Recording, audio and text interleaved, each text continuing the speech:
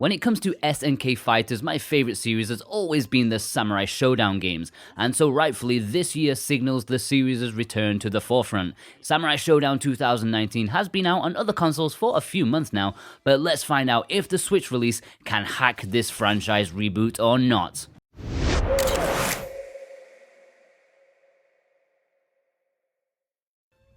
Considering that Samurai Shodown is a slightly older port to the Switch, releasing a few months ago on other consoles, let's start with what everyone wants to hear. Let's talk about the port itself.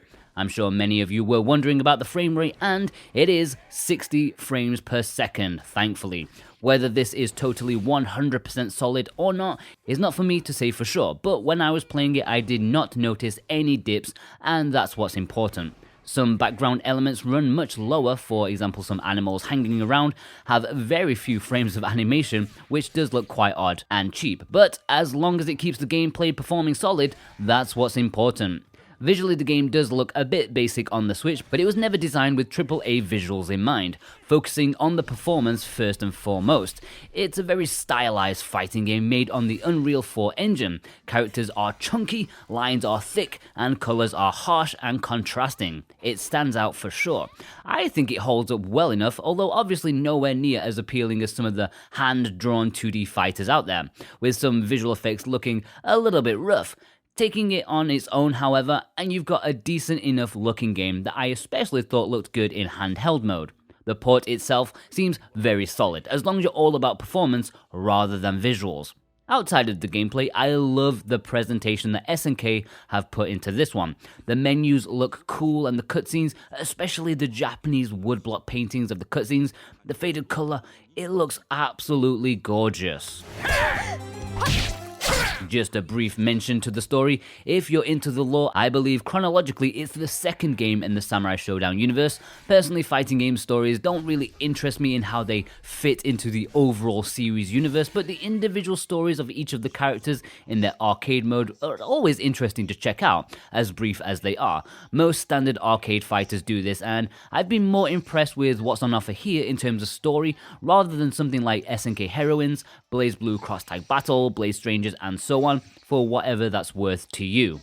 Alright, let's move on to the gameplay. Samurai Shodown is a 1v1 tournament fighter with a reputation for being slightly on the slower side, more methodical. While that can be thrown out of the window and you can play this as though you're playing Street Fighter or something, it is true that you're definitely better off choosing the right moment to strike, as the weapons each character holds can be brutal, potentially wiping out half of your health if the stars align. If you get countered or your weapon gets knocked out of your hand, good luck. You'll feel very claustrophobic in this one. Characters are large, arenas are small, and the starting positions of both fighters for the rounds is disturbingly close. You'll be pretty much spamming the backstep button right at the start of each bout just to get some breathing space and plan your move. I love it. It can feel a little bit stiff compared to most modern fighters, but that's probably just to the amateur like me, and I kind of like that. Despite my low skill level, I still feel like I can put up a fight due to the big hits and slower nature. So it's a 4-button fighter with a kick and 3 variations of your weapon attack going from light, medium and heavy, with combinations of pressing 2 or 3 buttons at a time to do something else. For me, despite being a bit old school in its approach, it's still one of the more accessible out there. The shoulder buttons can act as shortcuts for multiple button presses. Special moves are kind of what you'd expect with characters sharing similar combinations, meaning that you can pick up and play anyone, at least do a couple of special attacks to make you feel like you're doing something correct. In terms of gimmicks and mechanics, it's thankfully quite unambitious. There's a rage gauge at the bottom of the screen which can build up over time, and when used will allow you to hit harder for a very brief period of time.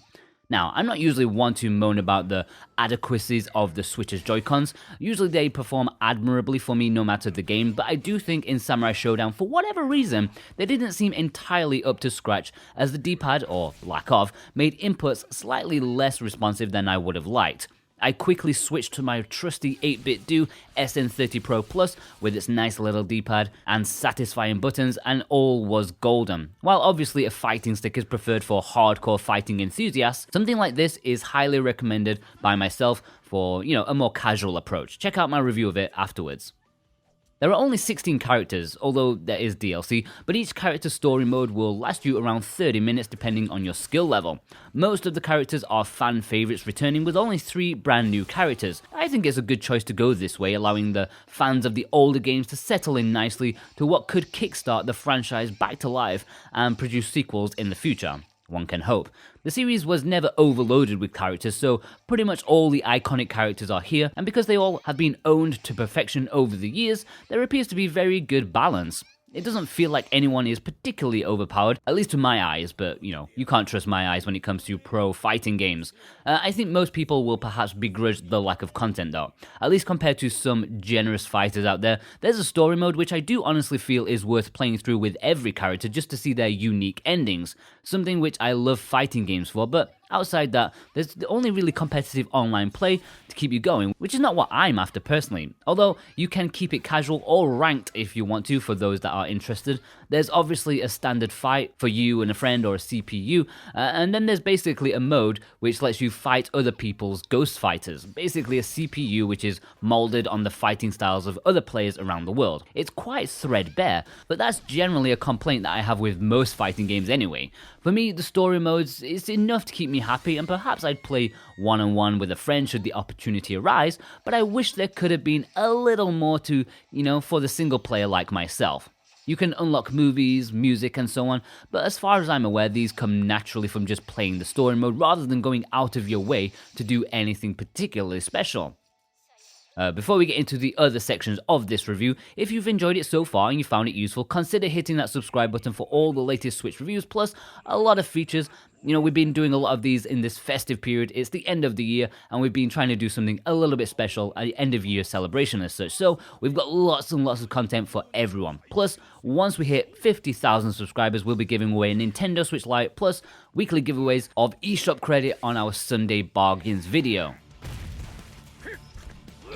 Okay, let's move on to the audio. The audio is fantastic, but then again, I'm a complete sucker for traditional Japanese music in video games. Lord knows can I tell the difference between this soundtrack here or in something like Okami. They sound totally the same to my ignorant ears, but both are fantastic to listen to. It's the kind of music that really gets you into the setting of the game. It makes the whole package feel far more believable.